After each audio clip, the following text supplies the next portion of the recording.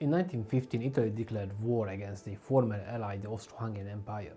Some people were surprised, some were not really, as Italy and the Austro-Hungarian Empire never had a good relationship. When the declaration of war was handed over and the hostilities started, the Austro-Hungarian Empire was heavily involved already on the eastern front fighting the Russians and on the southern front fighting the Serbians. Due to this, they could only pull together a much smaller army to face the Italians, and they could only be on the defense. As soon as the war was declared, the Italians launched their surprise offensive called the First Jump, in Italian Primo Salto.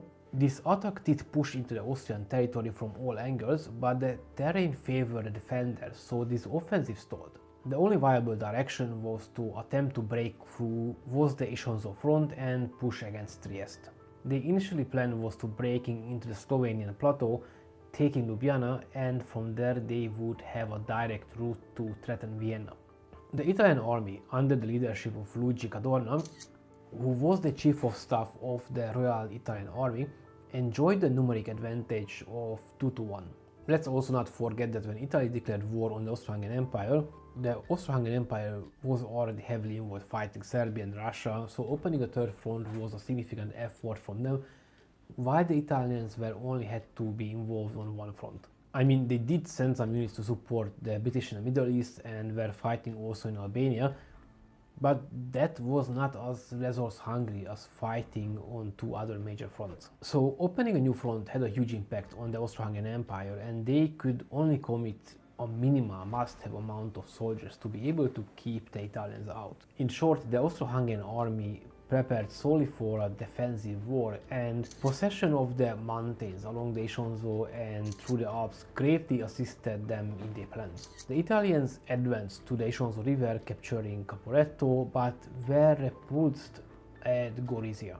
Seasonal flooding and lack of planning hindered their progress in the south. Despite the setbacks, Cadorna attempted to create a bridgehead between Gorizia and Tolmino, but the attack failed. This led to the first Battle of the Isonzo on 23rd of June 1915, the first of 4 assaults that year.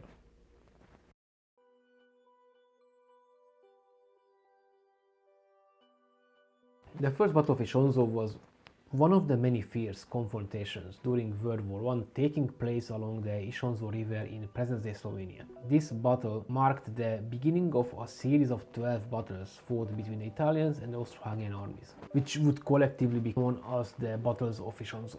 The fighting began on 23rd of June 1915 and lasted until the 7th of July 1915, setting a stage for a prolonged and grueling campaign that would see immense loss of life and very little territorial gain. For the first offensive, the Italians were able to pull together around 225,000 soldiers and around 700 guns, while the Austro-Hungarians had around 115,000 soldiers with around 356 guns. This made the Italian leadership overconfident in their capabilities, and they decided to try to storm the Austro-Hungarian lines head-on, making the same mistakes every general did in the beginning of the war. On the other side, the Austro-Hungarian leader, General Boroević, was able to muster a force around 100,000 soldiers and already learned from earlier mistakes of the war, so he used his forces carefully and did not engage in any unnecessary fight. The offensive began on the 23rd of June. Even though they had a big number advantage, the Italians could not break through the Austro-Hungarian lines. Even on some parts, after a week of artillery bombardment, they struggled to cross the river and climb the mountains beyond.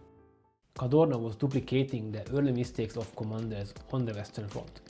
He chose to launch massed infantry assault without first assembling sufficient artillery protection. Make matters worse, he wasted soldiers and resources by launching tactically unnecessarily subsidiary attacks in the Trentino area and in the central Isonzo area near Gorizia.